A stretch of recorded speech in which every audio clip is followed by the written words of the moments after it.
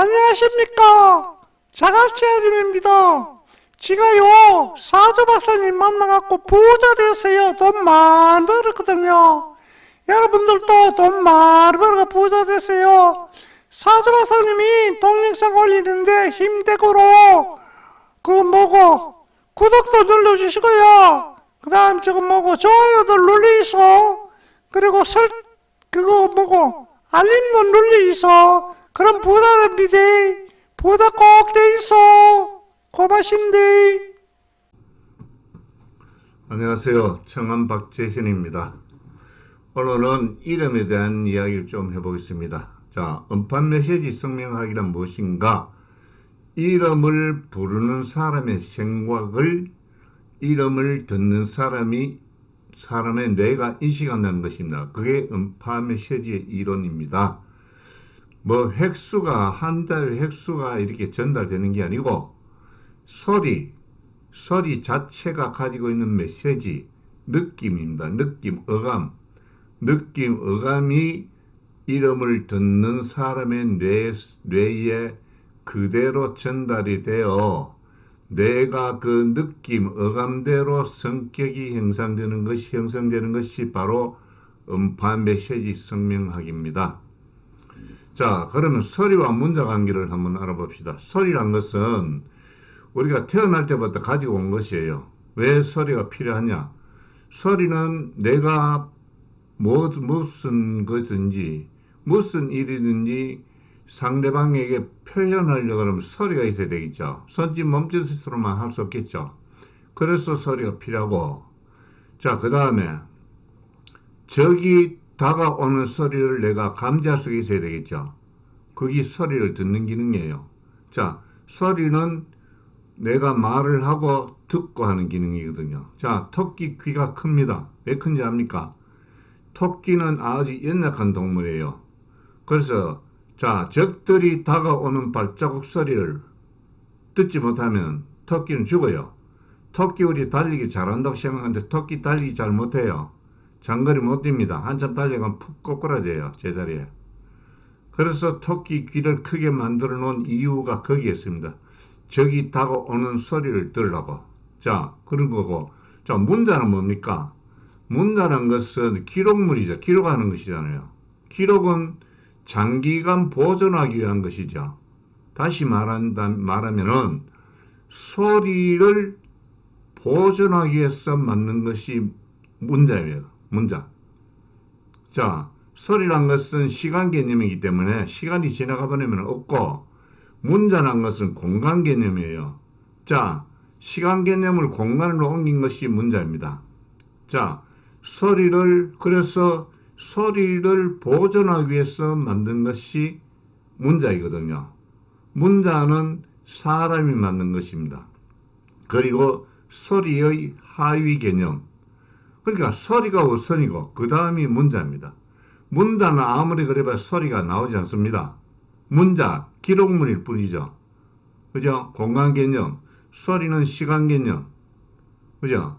자, 그러면 이름은 문자로 써놓고 이렇게 보여줍니까? 부르잖아요. 부르면 부르는 사람의 생각이 있을 거 아니에요. 그죠? 호박이면 호박을 생각하고 부를 것이고, 그죠? 원숭이면 원숭이 생각하고 부를 것이고, 그죠? 그러니까, 그렇게 생각하면 부를 거 아닙니까? 그냥 부르지는 않을 것이다. 그러니까, 그 생각을 이름의 주인공이 듣고, 내 속에 내가 감지를 한다는 것이거든요. 그러니까 이름은 부르고 듣는 것이다. 자, 우리가 흔히들 알고 있는 주역 수리성명학, 한자 수리성명학. 자, 한자 수리성명학은 언제 생겼느냐? 그죠? 한자 수리성명학은 1929년도에 일본의 주역학자가 만들어낸 것입니다. 주역의 80일 영동수를 이용해서 만든 것이거든요. 만든 것인데 전통 주역학자들이 하는 말이 주역으로는 사람의 운명을 볼 수가 없다. 단정을 해요. 볼 수 없다고 합니다. 볼 수 없다. 그런데 주역으로는 사람의 운명을 볼 수가 없는데 그 주역에서 뽑아낸 80일 영동수가 사람의 운명에 작용한다고 한다면은 이보다 더 그 어리석은 생각이 어디 있습니까? 절대적으로 작용력이 없습니다. 그러면 우리가 흔히 획수대로 하면 내가 한 거 그대로 다 맞는데 맞을 수밖에 없죠. 왜? 내가 지금 안 풀리고 있는데 안 풀리는 거 막 밑에 쭉 적어놨잖아요. 그럼 맞을 수밖에 없죠. 그 수리 획수가 내가 지금 잘 풀리는데 가서 맞춰보세요. 맞는 거 안 맞지. 내가 안 풀리는 사람들이 이름이 궁금해서 획수 들여다보잖아요.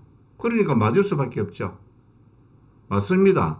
맞도록 그렇게 딱 만들어졌어요. 기가 차게.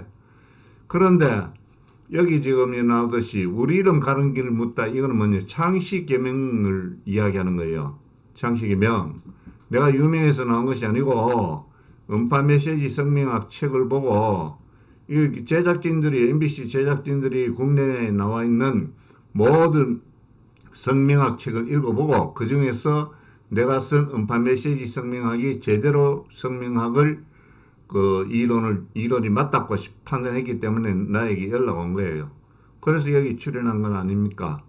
근데 이 창시기명 할 때 일본 놈들이 그 한자 획수, 수리 획수를 잘 맞춰서 이름을 지으면 부자 된다고 속였거든요. 그러면서 선전을 얼마나 했겠습니까? 그 민족 그 창시계명을 유도하려고 얼마나 선전을 그 선전에 속아갖고 4개월 만인가 전 국민의 80%가 창시계명을 했습니다. 그런데 부자 된 사람 없어요. 없습니다. 근데 그 창시계명 할 때에 그렇게 세뇌된 그것이 지금까지도 우리의 뇌리 속에 남아 있습니다. 후손들의 뇌리 속에도. 그러니까 우리 몸은 현 시대에 살아도 이름이나 큰 정신, 이거는 일제시대에 머물고 있다. 과학시대에 살면서 합리적인 생각을 해야 합니다. 다시 이야기 드리지만은 소리는 필수, 생존의 필수 요건이고 문자는 그죠? 문자는 기록물이다. 공간 개념이고 소리는 시간 개념이고 소리를 보존하기 위해서 만든 것이 문자다. 아시겠습니까? 그런데도 한자 획수가 맞다고 이야기한다면은 그 사람 정신은 뭔가 잘못된 사람이에요. 확실합니다. 그건 확실합니다. 그러니까 그리고 장명을 보통 가면은 또 그 성격이 좀 사주가 좀 강한 아이들에게는 이름을 이렇게 지어줍니다. 이 아이는 성격이 이 사주가 강하기 때문에 부드러운 이름을 지어줘야 성격이 부드러워져서 대인관계도 좋아지고 이 세상 잘 살아갈 수 있습니다. 라고 하거든요. 그 사람은 약육강식도 모르는 사람은 무식한 사람이에요. 강한 자만이 살아남습니다. 강한 자만이. 강해야 되는데 뭐 부드럽게 해서 성격 부드럽게 어떻게 살아가라 합니까? 성격들이 부드러운 사람, 특히 남자가 여자 이름 쓴 사람들요. 우울증, 공황장애, 희귀함이 걸린 사람들 수도 없이 만납니다. 수도 없이. 아시겠어요?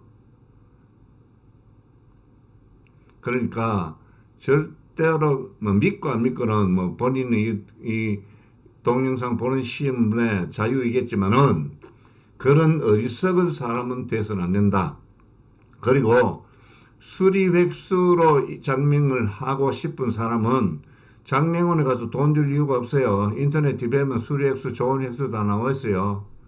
예? 나쁜 획수도 다 나와 있고 그 한자 맞추면 되잖아요. 그거 쉬워요. 맞추는 거 어렵잖아요.